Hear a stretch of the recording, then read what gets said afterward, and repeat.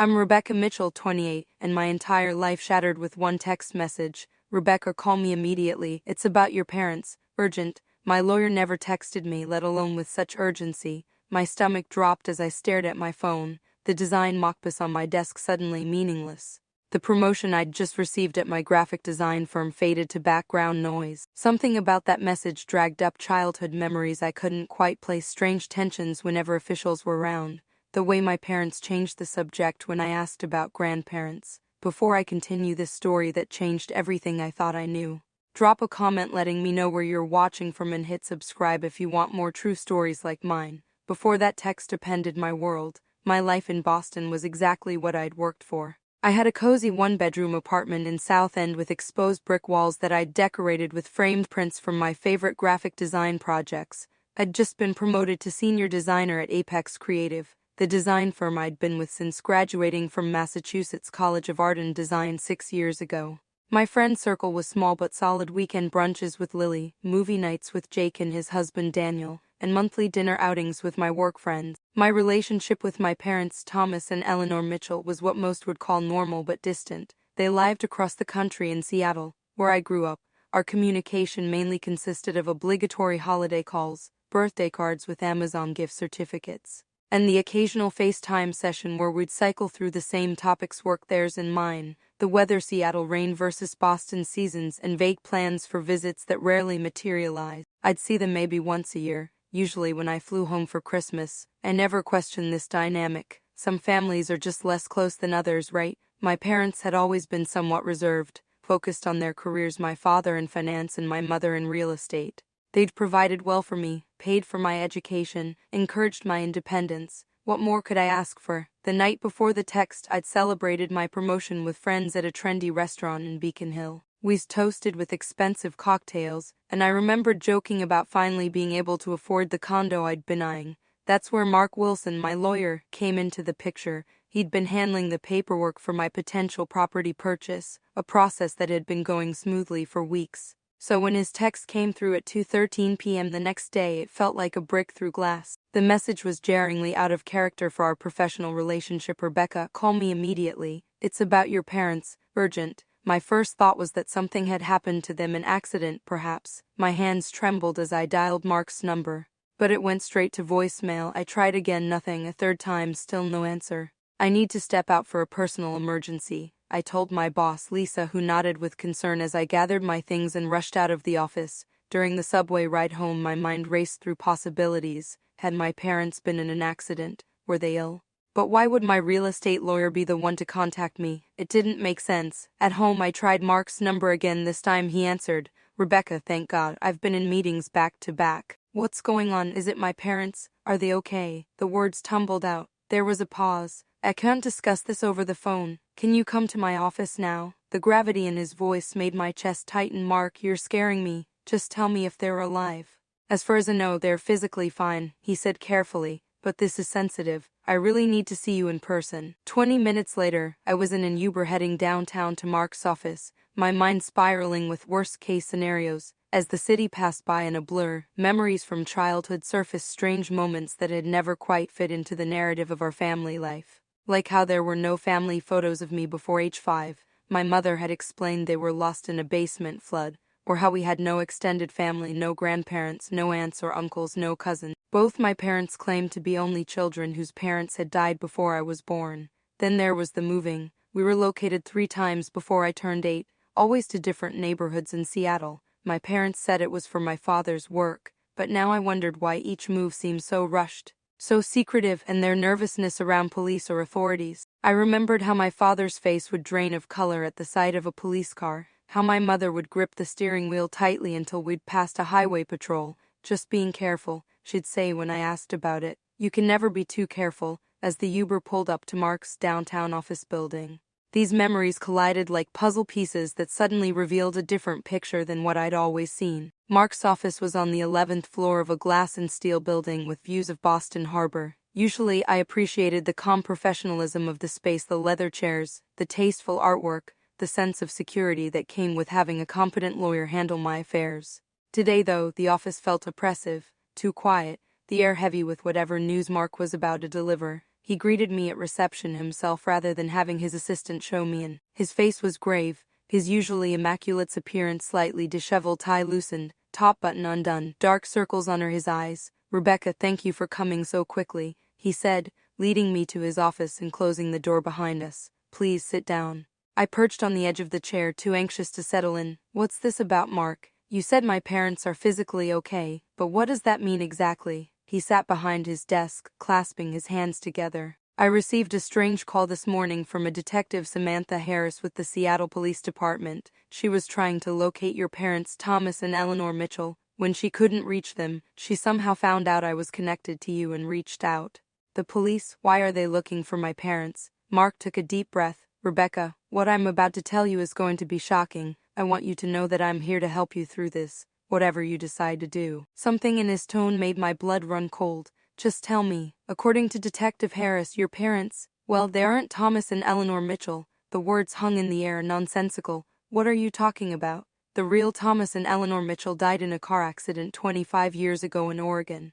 Detective Harris is investigating a cold case and recognized the names. The real Mitchells had no children. The people you know as your parents appear to be using stolen identities. A strange ringing started in my ears. "That's impossible. This has to be a mistake." "I wish it were," Mark said gently. "Detective Harris has death certificates, newspaper articles about the accident. And she says your birth certificate appears to be falsified as well." The room seemed to tilt. I gripped the armrests of my chair, suddenly nauseated. "I don't understand. Are you saying my parents aren't my parents? That my entire life is some kind of lie?" "I don't have all the answers, Rebecca, but the evidence Detective Harris presented is compelling. The people you know as Thomas and Eleanor Mitchell have been living under stolen identities for over 2 decades. My mind raced to make sense of it all. "But why? What did they do? Who are they really?" Mark leaned forward. "That's what the police are trying to determine." Detective Harris mentioned their suspects in a bank robbery from 26 years ago. The case went cold, but they've recently reopened it. A hysterical laugh escaped me. "A bank robbery? My father who triple checks his credit card statements. My mother who volunteers at the food bank? This is insane." "I know this is overwhelming," Mark said, sliding a folder across the desk. "These are copies of what Detective Harris sent over." With shaking hands, I opened the folder. Inside were photocopies of death certificates for Thomas and Eleanor Mitchell, dated October 15, 1998. A newspaper clipping showed their photos, strangers' faces, and described a tragic accident on Highway 101. Police reports. Identity theft investigations. My stomach lurched. I barely made it to Mark's private bathroom before I was violently ill. When I returned pale and trembling, Mark had poured me a glass of water. "Should I call someone for you? A friend who could come be with you?" I shook my head, unable to imagine explaining this to anyone. "Does Detective Harris think I knew about this?" "No," Mark assured me. "She believes you're as much a victim here as anyone. She'd like to speak with you, though she thinks you might have information that could help their investigation, even if you weren't aware of its significance." My first instinct was to call my parents or whoever they were. I pulled out my phone. "Rebecca, wait," Mark cautioned. "Maybe we should talk to Detective Harris first. If your parents are indeed fugitives, tipping them off might not be the wisest move." My finger hovered over my father's number. The call went straight to voicemail anyway. A normal occurrence, he often had his phone off during work, but now it felt ominous. "I need to know who they really are," I whispered. "I need to know who I really am." Mark nodded. "Detective Harris is expecting our call. Are you ready to speak with her?" I wasn't ready. How could anyone be ready for something like this? But I nodded anyway. Mark put his office phone on speaker and dialed Detective Harris's number. After 2 rings, a woman answered with a clipped, professional tone. "Detective Harris, Detective, this is Mark Wilson. I have Rebecca Mitchell with me." There was a brief pause. "Miss Mitchell, thank you for speaking with me. I understand this must be extremely difficult for you." Her voice was surprisingly gentle, with a slight southern accent that seemed at odds with her role as a Seattle police detective. I cleared my throat, trying to find my voice. "I'm still not sure I believe any of this," I said. "Can you tell me what's going on? Why do you think my parents are not who they say they are?" "Of course," Detective Harris said. "About 6 months ago, we reopened a cold case from 1997, a bank robbery at First Western Bank in downtown Seattle. 2 suspects, a man and a woman, made off with approximately $1.2 million. They were never caught." I listened, still disconnected from the reality that this had anything to do with my quiet, ordinary parents. During the robbery, a security guard was seriously injured. He was struck in the head when he tried to intervene. The The case went cold, but recently we've been reviewing old cases with new technology. We enhanced the security footage and ran it through facial recognition software. Mark glanced at me with concern as I sat perfectly still, barely breathing. The software flagged potential matches to individuals living in Seattle under the names Thomas and Eleanor Mitchell.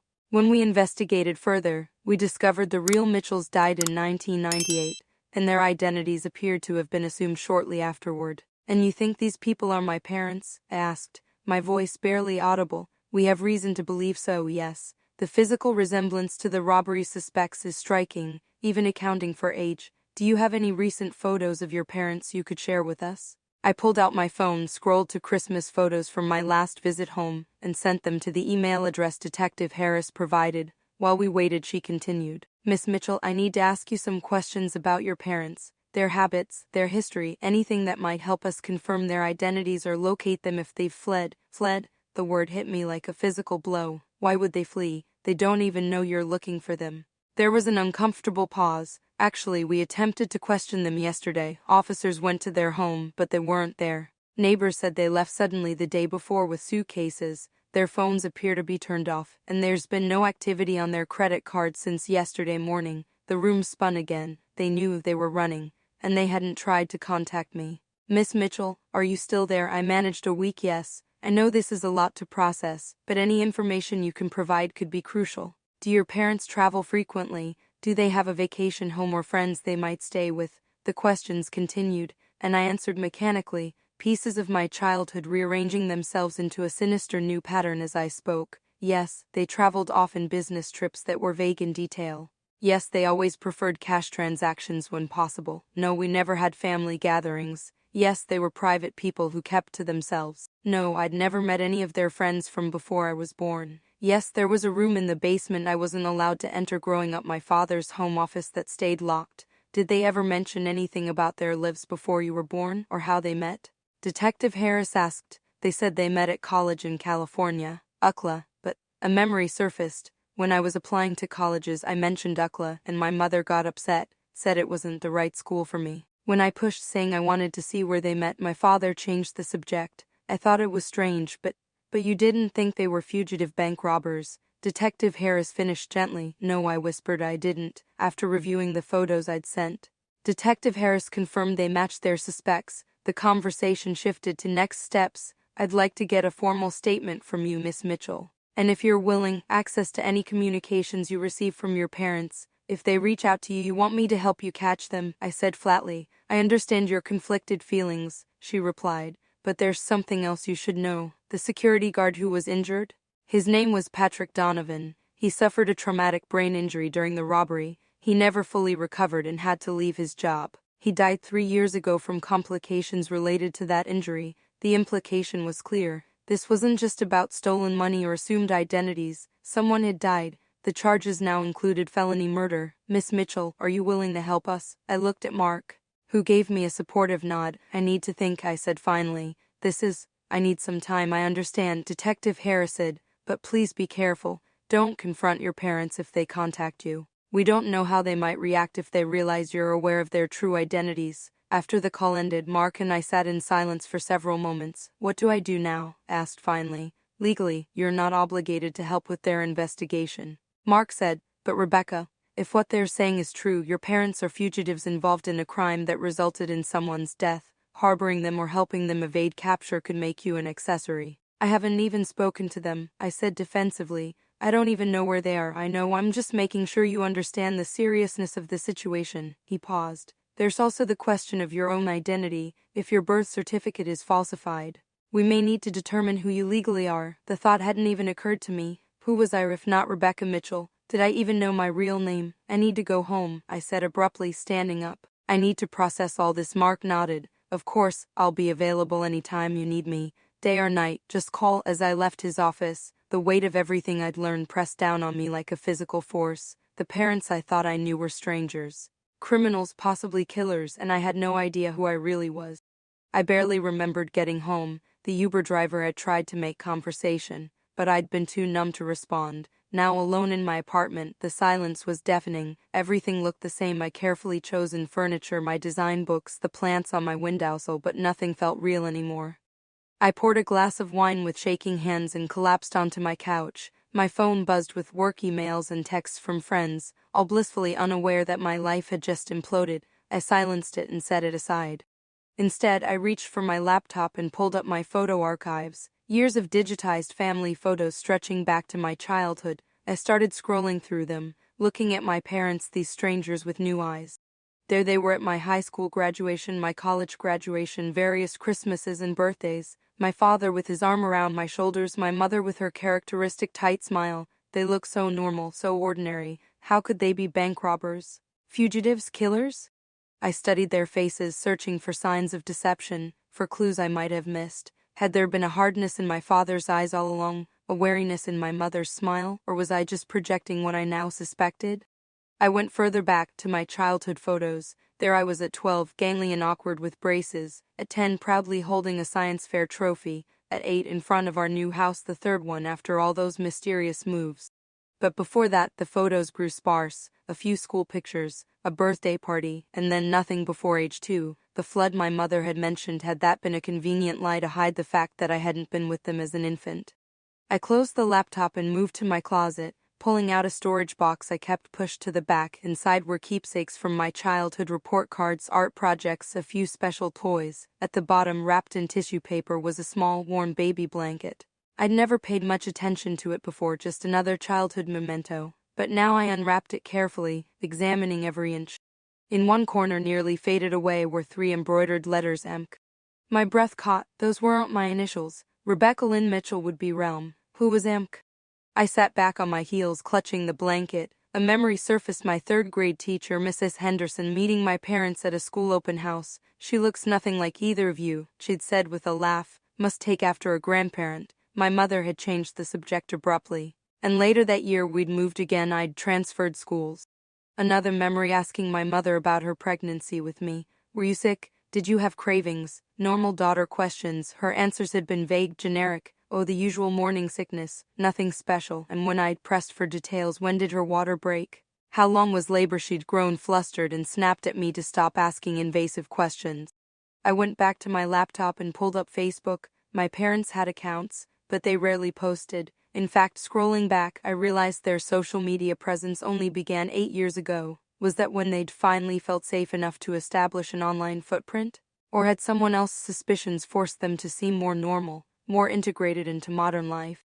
I tried searching for news about the bank robbery Detective Harris had mentioned. There were a few old articles from 1997 about a daring daylight robbery at First Western Bank. 2 suspects, armed but not identified. The security guard, Patrick Donovan, 42, hospitalized in serious condition, and that was it. The story had faded from the news cycle, becoming just another unsolved crime. Until now. I searched for Patrick Donovan, found an obituary from 3 years ago, survived by his wife Margaret, children Kimberly, Michael and Andrea, and 6 grandchildren. There was a photo, a kind-faced man with gray hair and glasses, the man my parents had allegedly injured, the man who had ultimately died because of their actions. My stomach churned with guilt by association. As I was about to close my laptop, a new email notification appeared, from an address I didn't recognize. Danny Velska to Re5 Gamecom. The subject line, "Becca, please read." Daniel K. Dekai. The initial sent a chill through me. With trembling fingers I opened the email.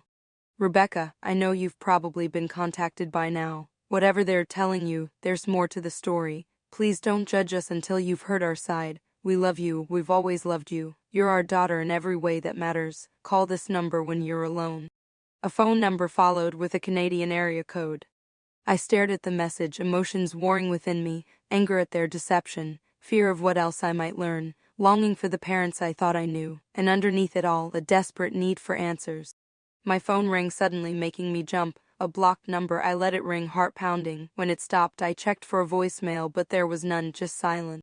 Was I being watched? Were the police monitoring me, expecting me to lead them to my parents? Or worse, were dangerous associates of my parents, other criminals, keeping tabs on me?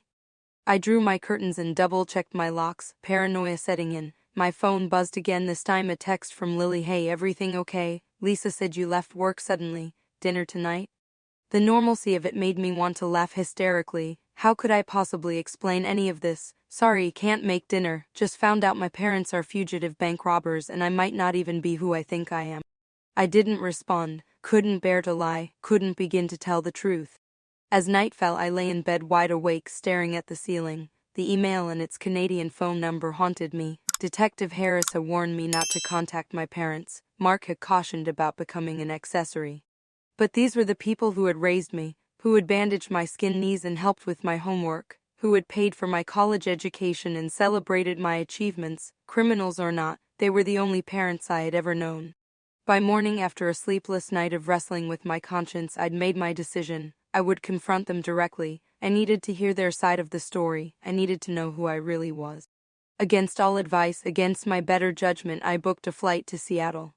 The flight to Seattle felt surreal, like I was watching myself from a distance as I went through security, boarded the plane, stared out the window at clouds and distant landscapes. 5 hours in the air gave me too much time to think, to doubt, to rehearse conversations that might never happen. I hadn't called the number from the email. If I was being monitored, I didn't want to tip off either the police or my parents. Instead, I would go straight to the house, my childhood home, and see if they had truly fled as Detective Harris claimed. From SeaTac Airport, I rented a car and drove the familiar route to the Ravenna neighborhood where my parents had settled after all those earlier moves. The mid-century modern house with its blue door and carefully maintained garden looked exactly as it always had. No police tape, no signs of hasty departure, just the home where I'd spent my teenage years, deceptively normal in the afternoon light. What gave me pause was the car in the driveway, my father's Silverado. If they were on the run, why was their car still here? I sat in my rental car for several minutes, gathering courage. Then, taking a deep breath, I grabbed my small overnight bag and approached the front door. I still had my key. It still worked. "Mom, Dad," I called out as I entered, my voice echoing in the foyer. There was a crash from the kitchen, something dropped or knocked over, and then my mother appeared in the hallway, her face pale with shock. "Rebecca," she looked like she'd seen a ghost. "What are you doing here?" Before I could answer, my father emerged from his study, equally stunned. "Becca, why didn't you call to say you were coming?" They looked the same as always, my mother in her casual but expensive clothes, her blonde hair cut in the bob she'd worn for years, my father with his reading glasses perched on his head, the gray at his temples more pronounced than at Christmas. But now I saw them with new eyes, the tension in their postures, the quick, evaluating glances they exchanged, the way my father subtly positioned himself between me and the staircase, as if guarding an escape route. "I think you know why I'm here," I said, setting down my bag. My mother stepped forward, arms outstretched for a hug I couldn't bring myself to reciprocate. She stopped, her arms falling awkwardly to her sides. "Sweetheart, what's wrong? Has something happened?" The pretense made anger flare inside me. "Stop it, just stop. The police came here looking for you. They know you're not Thomas and Eleanor Mitchell." The color drained from my father's face. My mother gripped the wall for support. "Let's sit down," my father said quietly, gesturing toward the living room. We sat in a triangle of tension, me on one couch, them together on the other. The coffee table between us might as well have been an ocean. "How did you find out?" my father asked finally. "My lawyer got a call from a detective in Seattle. They're investigating a bank robbery from 1997, a robbery where a security guard was injured so badly he eventually died. I watched their reactions carefully. They seemed to think you two were responsible." My mother's hand flew to her mouth. My father closed his eyes briefly, a muscle working in his jaw. "It's not what you think, Rebecca," he said. "Then what is it? Who are you really, and who am I?" My parents exchanged a long look, some silent communication passing between them. Then my father sighed. "My real name is Daniel Kennedy. Your mother is Lisa Kennedy." He gestured between them. "We did rob that bank in 1997, but we had reason." "Reasons?" I interrupted, my voice rising. "What possible reason could justify what you did? That security guard died." "We never meant for anyone to get hurt," my mother Lisa said, tears welling in her eyes. "It was supposed to be simple, in and out. No one was supposed to be there that early." "But someone was there and you heard him, and now he's dead," I said flatly. "And then what? You stole dead people's identities and pretended to be normal? Where do I fit into all this? Am I even your daughter?" My parents exchanged another look and my stomach dropped. "Oh my God, I'm not, am I?" "You are," my father said quickly. "You absolutely are our biological daughter. Your real name is Amy Marie Kennedy." The initials on the blanket, a piece clicked into place. "But how?" My mother wiped away tears. "We lost custody of you before the robbery. We were young and stupid. We got involved with some dangerous people, got into debt. We both developed drug problems. Child services took you when you were just over a year old. You were placed in foster care. After the robbery, we got clean, my father continued. We used some of the money to start over, to create new identities, but we couldn't bear the thought of you growing up in the system. We found out where you were placed, and once we had solid new identities established, we took you. You kidnapped me, I said numbly. We rescued you, my mother insisted. Your foster home was terrible. You were undernourished, covered in bruises. The system had failed you. We were your parents. We just wanted our daughter back. So you stole me, just like you stole the money, just like you stole those people's identities.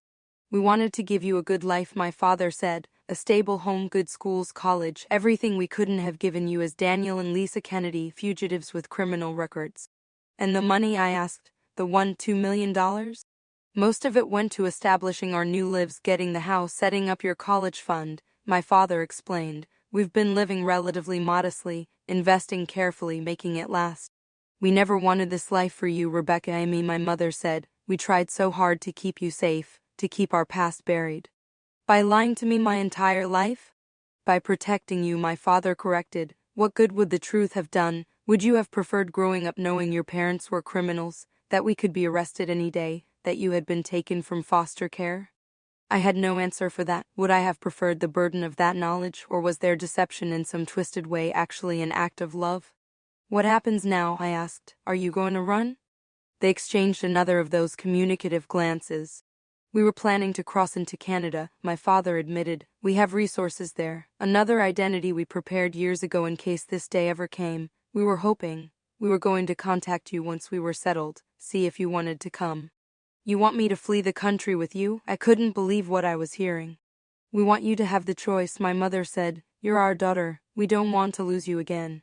Again? You never lost me, you took me. Rebecca, please, my father leaned forward. We made mistakes, terrible mistakes, but everything we've done since has been to give you a good life, to be the parents you deserved. I stood up suddenly, needing space, air, distance from their justifications. I need time to think. It's too much. We don't have time, sweetheart, my mother said urgently. If the police know who we are, they'll be back. We need to leave tonight. Then go, I said. I won't stop you, but I can't go with you. I can't throw away my life, my career, everything I've built, to go on the run with you. And what about us? My father asked quietly. Will you tell the police where we've gone if we tell you? The question hung in the air between us, a test of loyalty I never thought I'd face. Would I betray the people who raised me, regardless of their crimes, or would I become complicit in their escape from justice? I don't know, I answered honestly. I really don't know. I left then, checking into a nearby hotel, my mind and heart in turmoil. That night my father called my cell from a number I didn't recognize. Rebecca, we're leaving in the morning, early. We have a plan to cross at a remote area of the border. Once we're settled, I'll find a way to contact you securely. Dad, Daniel, whatever I'm supposed to call you now. The security guard who died. He had 3 children, grandchildren, a whole family who lost him because of what you did. There was a long silence. I know, he finally said, his voice heavy with what sounded like genuine regret. Not a day goes by that I don't think about him. If I could take it back, he trailed off. But I can't. All I can do is try to be a better person now. To be worthy of being your father. I need to go, I said, unable to bear the conversation any longer. Rebecca, please, we love you. Whatever you decide, whatever you do, remember that, we love you. I ended the call without responding, lay back on the hotel bed and stared at the ceiling, tears streaming silently down my face. In the morning I would have to make the hardest decision of my life. The hotel room became my prison that night, 4 walls containing the battle between my heart and my conscience. I paced, I cried, I stared out the window at the Seattle skyline glittering in the darkness, the city where I'd grown up, where I'd been happy, not knowing my life was built on lies. Sleep was impossible. Instead, I found myself reliving memories of my childhood through this new terrible lens of knowledge.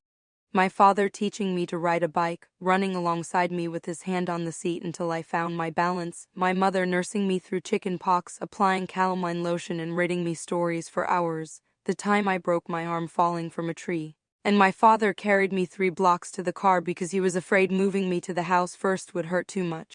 They had been good parents, loving, supportive. They'd attended every school play, every art show. They'd encouraged my interest in design, bought me my first professional drawing tablet when I was 16.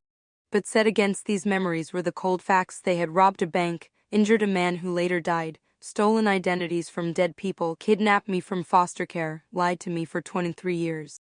And now they wanted me to help them escape justice once again. Around 3 in the morning, my phone buzzed with a text from Detective Harris. Ms. Mitchell, we need to speak as soon as possible. Please call me regardless of the hour. They must have tracked my flight to Seattle. Were they watching me now, waiting to see if I would lead them to my parents? I didn't respond. Instead, I pulled up a search for Patrick Donovan, the security guard, found an article about his funeral, a photo of his wife and children, dressed in black, supporting each other through their grief. His oldest daughter looked about my age. What had her life been like, growing up with a father who suffered from a traumatic brain injury? How had they all coped with his eventual death, knowing it stemmed from violence committed decades ago? By dawn, exhausted and emotionally drained, I showered and checked out of the hotel. I drove aimlessly for a while, eventually finding myself at a police station. I sat in the parking lot for 20 minutes, engine idling, before driving away again. Next, I found myself outside the Seattle field office of the BI. Again, I couldn't bring myself to go in. I was at war with myself. The daughter in me wanted to protect my parents because despite everything, that's who they were to me. The citizen in me knew I had a moral obligation to help bring criminals to justice. The victim in me wanted answers, closure, the truth about who I really was. Finally, I called Detective Harris. Ms. Mitchell, thank you for returning my call, she said, sounding relieved. We've been concerned about you. Your lawyer said you left Boston suddenly. I needed to see them, I admitted, to hear their side. There was a pause. You've been in contact with them? I went to the house. They were there. Are they still there now? The professional calm in her voice couldn't quite mask her eagerness. I don't know, probably not. They said they were leaving for Canada. Ms. Mitchell, Rebecca, I need you to come in so we can talk. If your parents are fleeing to Canada, we need to alert Border Patrol immediately. I need to know more first, I said, about the case, about what happened to Patrick Donovan, about who I really am. Detective Harris seemed to sense my conflict. I can help with that. I can meet you somewhere if you're not comfortable coming to the station. We arranged to meet at a coffee shop downtown. Detective Harris was in plain clothes, a woman in her 40s with short brown hair and kind eyes that contrasted with her no-nonsense demeanor. She showed me her badge discreetly, then ordered us both coffee. I appreciate you reaching out, she said once we were seated in a quiet corner. I know this must be incredibly difficult for you. They admitted everything, I said without preamble, that they robbed the bank, that they kidnapped me from foster care, but they said they did it to give me a better life. Detective Harris nodded, unsurprised. Most criminals find ways to justify their actions. It's human nature. Was I really in a bad foster home? Was I being abused? She hesitated. I looked into your case after we spoke yesterday. You were removed from your biological parents' care when you were 14 months old due to neglect related to their drug use. You were placed with a foster family that had good reviews in the system. There was no documented abuse, though the system was and still is imperfect. I absorbed this, wondering if my parents had convinced themselves I was being mistreated to justify taking me. What about Patrick Donovan? They said they never meant to hurt anyone. Detective Harris's expression softened with sympathy. The security guard was just doing his job. According to witnesses, he confronted the male robber, your father, who struck him with a gun. Mr. Donovan fell and hit his head on the marble counter. He survived but suffered seizures and cognitive impairments for the rest of his life. He died of complications from that injury 3 years ago. And his family? His wife never remarried. She struggled financially after his injury, raising 3 kids while caring for a husband with disabilities. They lost their house a few years after the robbery. The children all made it through school, but it was hard on them.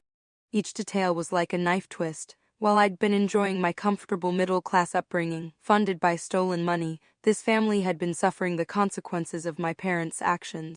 I'd like you to meet someone, Detective Harris said, checking her watch. He should be here any minute. Before I could ask who, the bell above the coffee shop door jingled and a man about my age walked in. He had Patrick Donovan's eyes.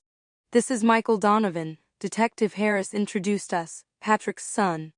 Michael nodded tersely as he sat down, studying my face. You really didn't know, did you? No, I whispered. I had no idea. I wasn't sure I wanted to meet you, he admitted, but I needed to see for myself, the daughter of the people who destroyed my father.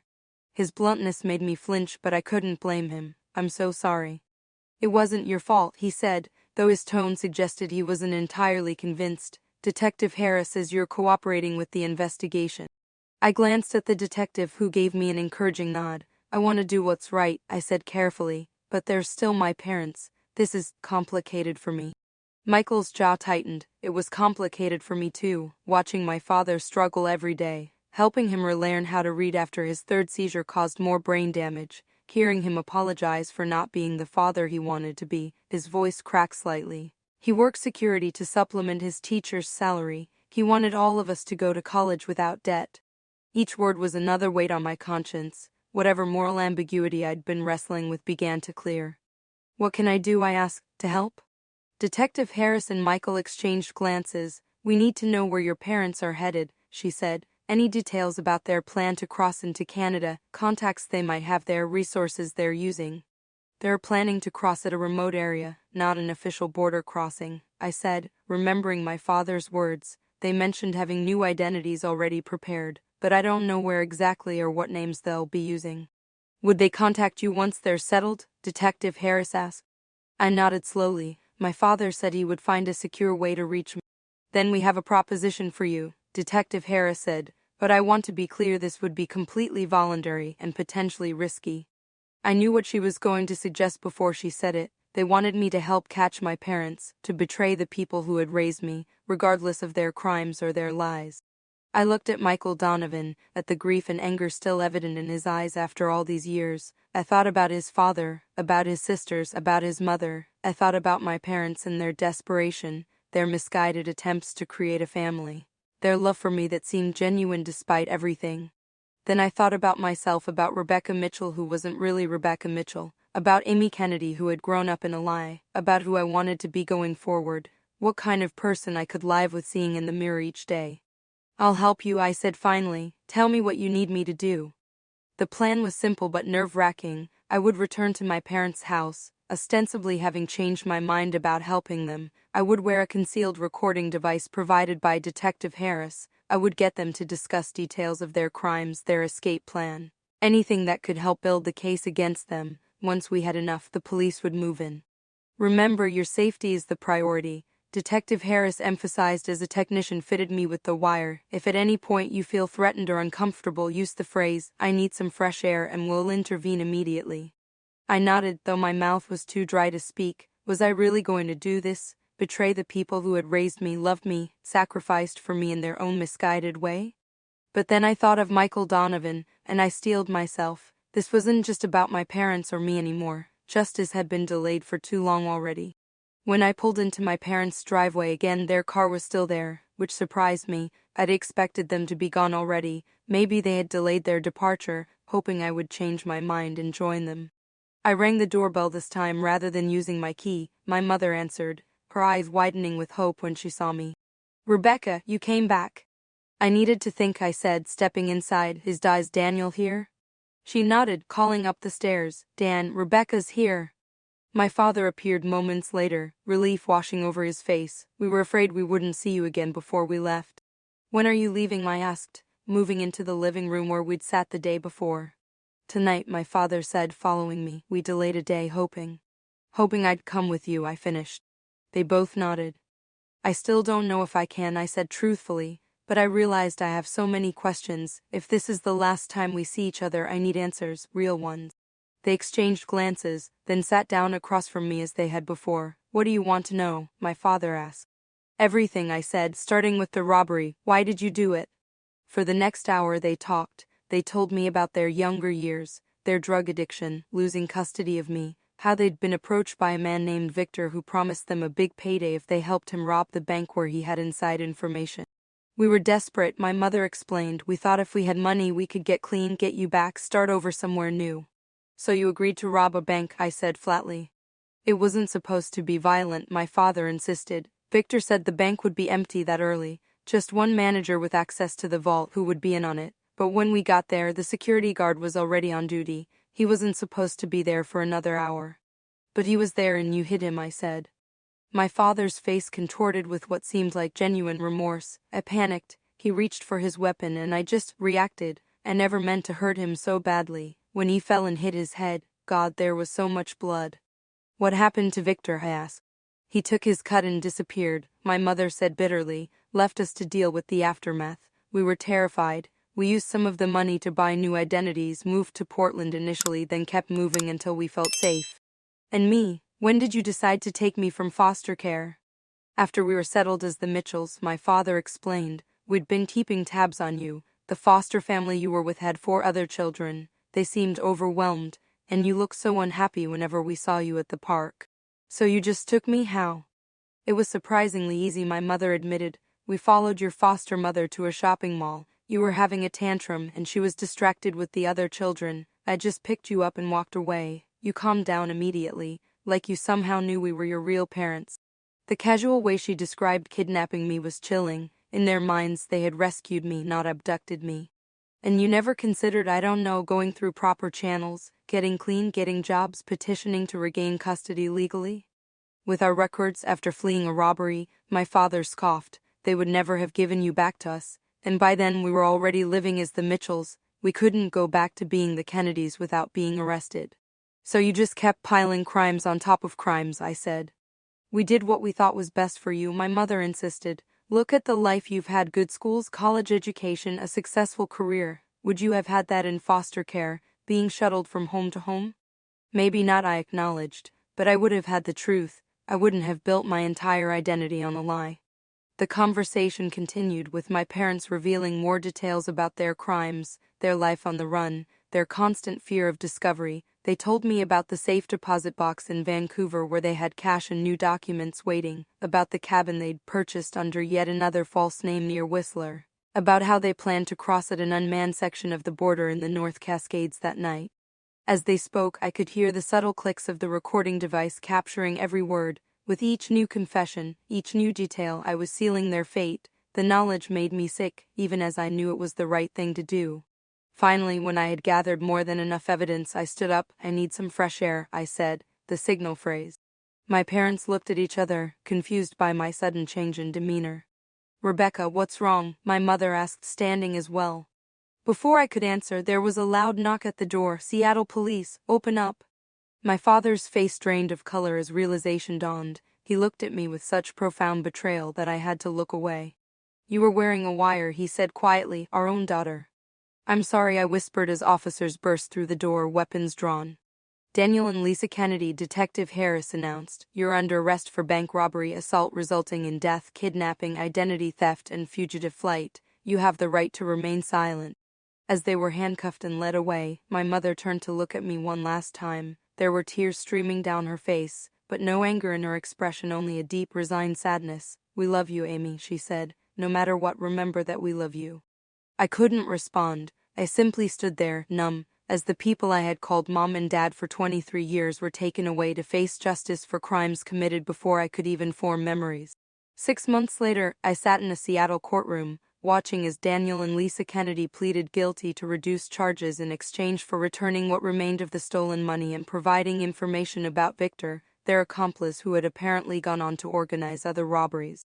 They were sentenced to 15 years each with possibility of parole after 10. As they were led away, they both looked at me. I had visited them once in jail before the trial, a tense, tearful meeting where I tried to explain why I had done what I did. They said they understood, though I wasn't sure they really did. I wasn't sure I fully understood it myself. After the sentencing, I met with Patrick Donovan's family, his widow Margaret, his daughters Kimberly and Andrea, and his son Michael. I offered them my heartfelt apology for what my parents had done, though I knew words could never compensate for their loss. You helped bring them to justice, Margaret said, squeezing my hand. That's more than we ever expected after all these years. The Donovans became an unexpected source of support during the months that followed, as I struggled to rebuild my identity and my life. Michael especially seemed to understand the complexity of my situation in a way others couldn't. We both had our lives shaped by that day at the bank, he said once, different sides of the same tragedy. With the help of a therapist specializing in identity issues, I began the long process of integrating my past as Rebecca Mitchell with my newfound knowledge of being Amy Kennedy. I legally changed my name to Amy Rebecca Kennedy, honoring both identities. I connected with biological relatives I never knew I had: an aunt on my father's side, cousins who were stunned to learn of my existence. Through old photographs and family stories, I pieced together my early history, the parts of my life that had been hidden from me. I learned that my parents had indeed loved me, even during their worst days of addiction. that they had fought to get clean and regain custody before spiraling back into drug use, that the system had failed all of us in different ways. I continued my career in graphic design, splitting my time between Boston and Seattle as I built connections with my newfound family. And yes, I visited my parents in prison. Those visits were always emotional, always complicated. I hadn't fully forgiven them. But I hadn't stopped loving them either. They were, after all, the only parents I had ever known. "Do you ever regret turning us in?" my father asked during one visit about a year after their sentencing. I considered the question carefully. "I regret that it came to that," I answered honestly. "I regret that you put me in that position, but no, I don't regret doing what I felt was right." He nodded slowly. "I'm proud of you for that, for having the courage to do what's right, even when it hurts. That's something your mother and I never managed to do."